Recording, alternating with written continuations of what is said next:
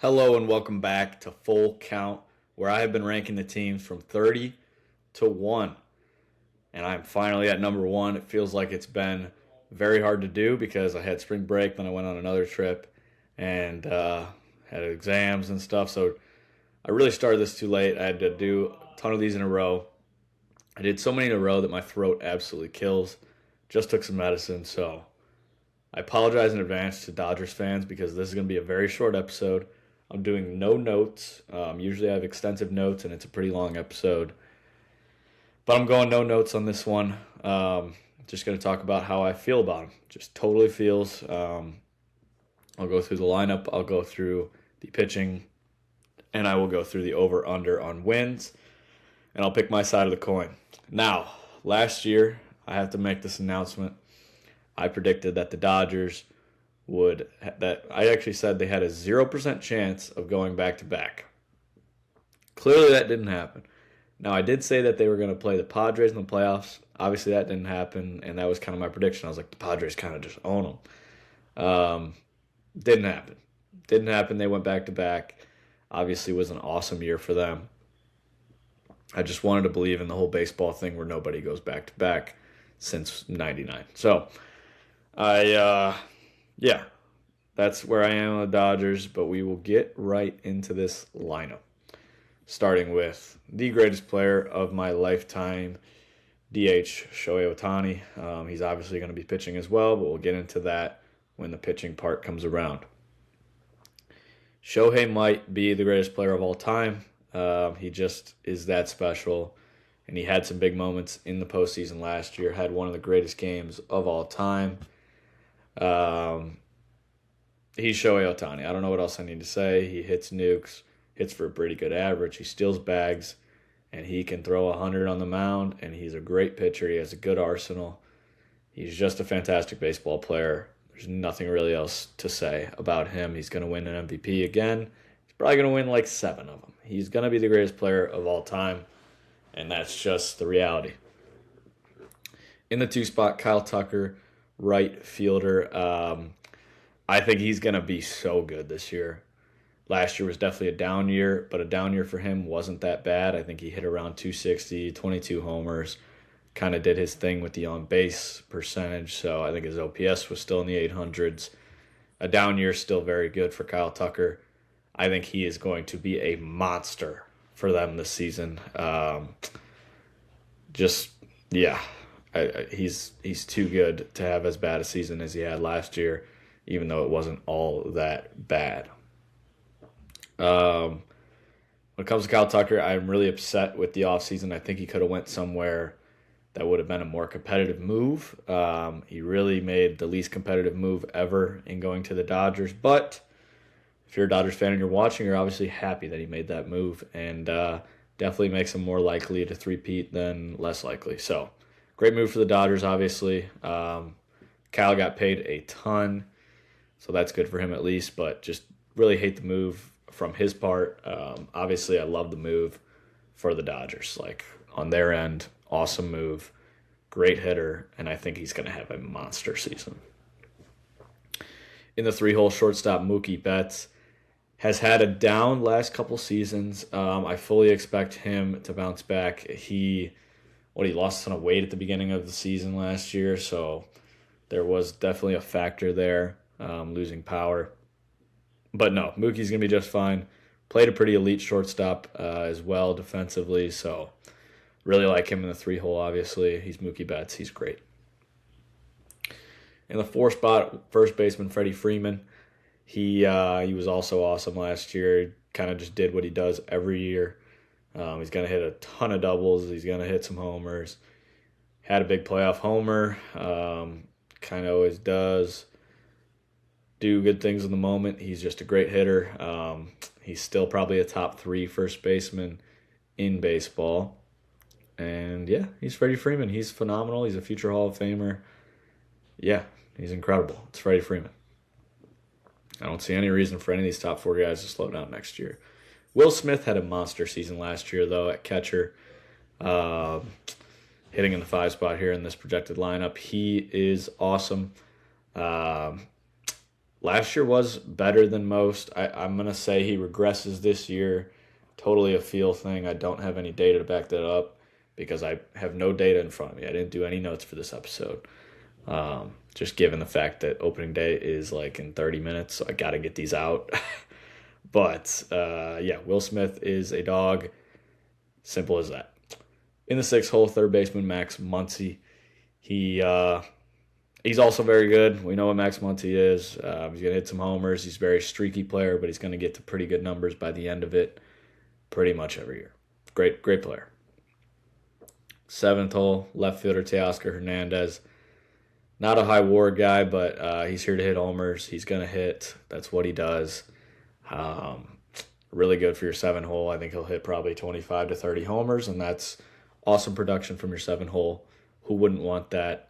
He's not a great defender in left, but not many left fielders are, so that's that. Andy Pages in center field in this projected lineup is pretty fun. Yeah, I don't know what else to say. He had an awesome year last year. It's another guy that the Dodgers just, like, he's in their 8 hole, and he'd be way up in multiple lineups in the MLB. Very good player. Yeah, he was just a monster last year. So Andy Pages, great guy to have in your 8 hole. In the 9 hole is not going to be Ha-Seong Kim. They sent him down, which is pretty crazy. It's going to be Alex Freeland, or once Tommy Edman's back, he'll obviously be here as well. Kike Hernandez is also injured. I have to mention that. In terms of the bench, you got Miguel Rojas, Dalton Rushing, Santiago Espinal, and Alex Call, who just flat out gets it there in center field. He just goes and gets it. He's a good defensive guy to have on your bench. So this team obviously has the best lineup in baseball. There's no arguing that. They're awesome. And it's still the best lineup in baseball without Tommy Edman in it. And then when he joins, that's just 1 through 9. Nobody's going to get out. Nobody's a free out, I should say. So yeah, discuss. Now to the starting pitching. Yoshinobu Yamamoto, monster year last season. He really had a postseason that was comparable to, probably most comparable to, I mean, it was just a workhorse postseason, but very similar to like Madison Bumgarner, although I do think Mad Bums was better. I debated that. The video is on YouTube, the World Series recap. We debated it and ended up picking Mad Bum, but that's no knock on Yoshi. He put up an awesome season. All year he was elite. I believe he finished top 3 in Cy Young, and he deserved it. So he's awesome. Yoshinobu Yamamoto is an ace. Totally deserves to be in the 1 spot in this rotation.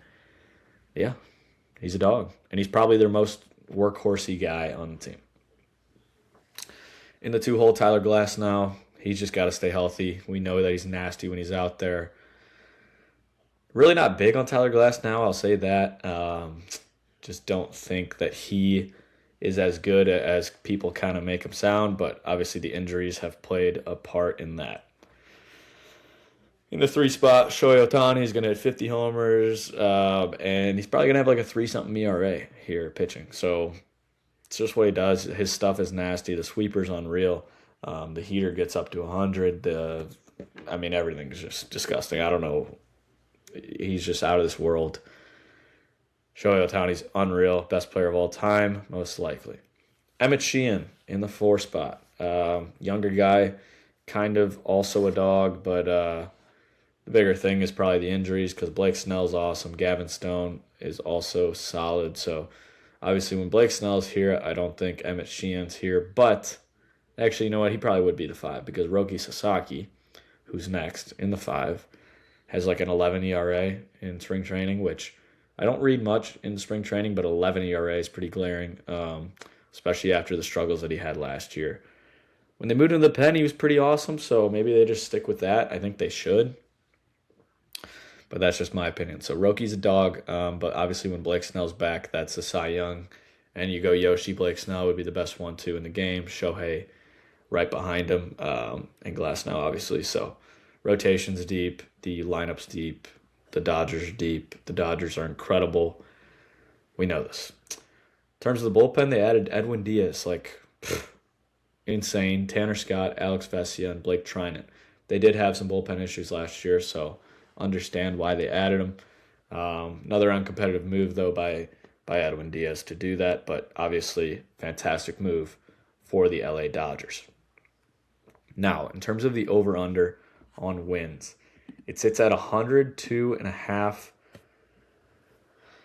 Definitely going to go under. It's not even a knock on the Dodgers. It's just a knock on the line. I think the line's too high. As great as this team is, baseball teams are guaranteed to have, not guaranteed, but they're typically going to have a bad month. And the Dodgers definitely had a bad month last year. Wasn't awful. I think it was 14 and 18 or something. I saw it the other day. But 4 games below 500. So obviously their bad month is not going to be as bad as others, but they're due for a bad month as every team goes through. So 103 wins does not seem attainable to me. So kind of an easy under here for me, but they're very clearly the number one team in baseball. That is all I got for the Dodgers here. Again, I'm sorry that it was a very short video and that I didn't go deep analysis-wise into it at all. But just the reality of it, my throat kills, and opening day is here already. So I wanted to get these out before opening day. I'm doing it, just not doing it as well as I would have wanted to. But this video is coming out nonetheless. So Dodgers fans, hope it was good enough for you. But I'm going under. I'm rooting against you guys. I don't think you can get 103 wins. If you disagree with anything I said, leave a comment below. I would love to argue it, or not argue it, but debate it. And yeah, SeatGeek code there if you want to hit any Dodgers games. Hit up any Dodgers games this summer. $20 off your first purchase for that. If you like the content, I will be doing, since this is the last episode, I'll kind of talk opening day. Excited for baseball to come back, but I will be doing one video, just one video a week, discussing what happens that week of baseball, talking about whatever news there is, we're going to talk about it. And I don't know, hopefully people start watching these videos eventually. Would be cool to get some interaction and talk with you guys if anybody's watching. So we'll see what happens here. Kind of going to cover every week of the MLB season, though, so I'm really excited for all of that. And just really excited for baseball season. Excited to see what crazy records the Dodgers are going to break this year. Excited to see what if Shohei just keeps this crazy run that he's on going. So, yeah, thank you guys for watching if you stayed this long. And if you like the channel, subscribe, because there will be talking baseball all year. Would love for you guys to support me with that SeatGeek code as well. Would be awesome. And obviously it helps you, $20 off. So that, I think, is all I got. Going under on the Dodgers. Rooting against you guys. I don't want a back-to-back-to-back champ. But I'm sure there are many people in the world that do want that. And it'll probably be cool to look back on and be like, wow, that team was insane. But that will do it for now. Thank you guys for watching. And see ya in about a week. Peace.